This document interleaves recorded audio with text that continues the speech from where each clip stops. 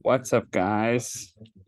Here's a video that we're gonna do to show you how to use Google Timelapse for a project and Community Analyst. So 2, 4, 1. It's gonna be awesome. Okay, so we're gonna share the screen. Oops, we're over here, but we're gonna go to timelapse.google. I'm sorry, earthengine.google.com/timelapse. And you can see it immediately takes you to the Arctic, and you can sort of see how climate change over the span of like 30 years has led to a reduction in snow cover in Alaska. But for your project, you're going to be focusing on a specific city, one that probably means a lot to you. I'm going to go to Memphis, Tennessee. You see, I can use this guide right on the top right and find out. Whoop, I'm in Oxford. Gotta go a little north. We go Memphis.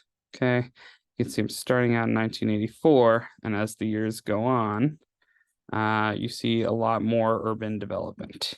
You also can see some, see the infrastructure here that builds a giant highway loop surrounding Memphis in the mid 2000s. So there's a lot you can talk about there for this segment on sustainability and urban development. And I hope this tool proves helpful. So to share it, by the way, once you have a specific load, I need to rent out a private film studio where I don't have some excess characters coming in here. To share it, you press the share button and you can embed the current view and put it in ArcGIS as you did your Gapminder. I guess we can go ahead and do that if you would like. Maybe do it here. I shouldn't have done this in here. The heckling I'm getting. But if you go to your story map and then you just add over here, you go to embed and you put this link in. Beautiful. Bada bing, bada boom. Your user can play and you can have your text about what's happening as time goes on in cities like Memphis. The next tool I want to show you how to use is Community Analyst. Pretty easy. And when you log into Community Analyst, you might have some intro things to do. Just kind of like go through it. I think you might have to create a project, play the games. Eventually, you'll wind up in a view like this.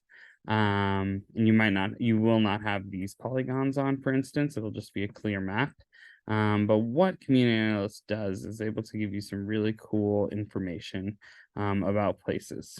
Okay, so I'm going to go to, let's go back to Memphis. Which is actually a kind of hard city to find when you're on the exterior, but is this where we are? Do I see? Yeah, there's the Memphis Bridge. Cool. So we're in Memphis. I want to define areas, and you could select geographies and just put in so I could do 38112 and get this location right here. Or I could draw a polygon. And let's just say I do that freehand. Okay, and I'm just going to draw this area. It's around what called Midtown. Once you've drawn that area, you have the ability to generate a lot of interesting infographics and reports. If you click on infographics, it'll take you to its own page where you'll get, for instance, the census summary. Okay, and if you scroll down over there, you get information about housing types, et cetera, et cetera. If you go to economic demographic profile, you'll find a lot about transportation, commute times, the types of employment, home values and wealth. And then if you go to demographic profile, you get information about education and employment. Sorry, I'm trying to remember where. Hold on. Population trends. Oops, nope. Where is this?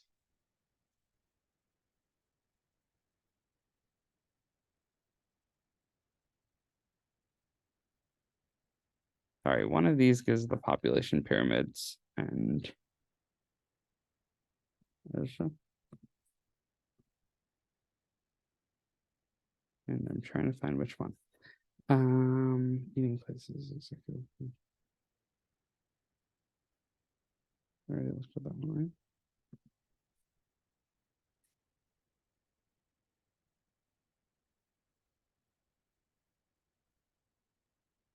There we go. Community survey gives you the age profile in, for instance, this area. And so you can make some trends about any area of any size that you're choosing. Again, you'll see actually some of the other metrics that we've seen before. So what kind of jobs folks have and home values. But obviously getting this profile, and you can see that you can compare it to, for instance, the United States or certain areas and see how dissimilar or similar your area is. That's what this line is showing, or these two lines are showing. But obviously a really interesting way to find out about demography in a specific area.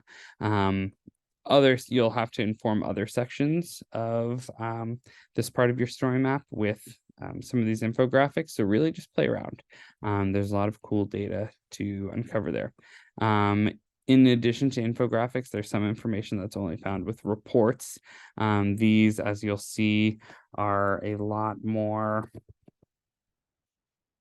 If we go to business summary, for instance, and we run this report, these are not aesthetically pleasing, but you can find out, for instance, how many real estate firms, retail firms, construction, et cetera, that's there. Actually, if you go back there, you go to business locator and run the report, it'll show the actual business names. And so that might be something that you find important or interesting to integrate into your project as well.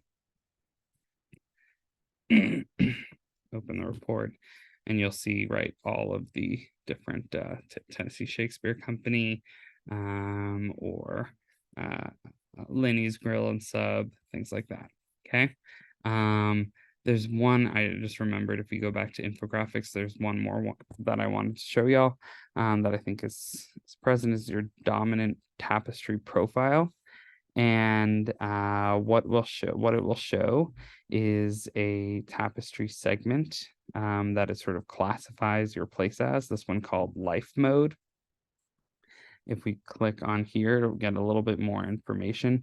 Modest income homes, families have maybe non-traditional, but they say the religious faith and family values guide a modest lifestyle. So you see different socioeconomic traits, education traits for folks within this sort of demographic trend, but it's very interesting to kind of see the different ways that different places are categorized like this. Make sure you do this for your place. Have fun kind of using this data and this information to explore your hometown or areas within your hometown. And let me know if you have any questions. Thanks so much.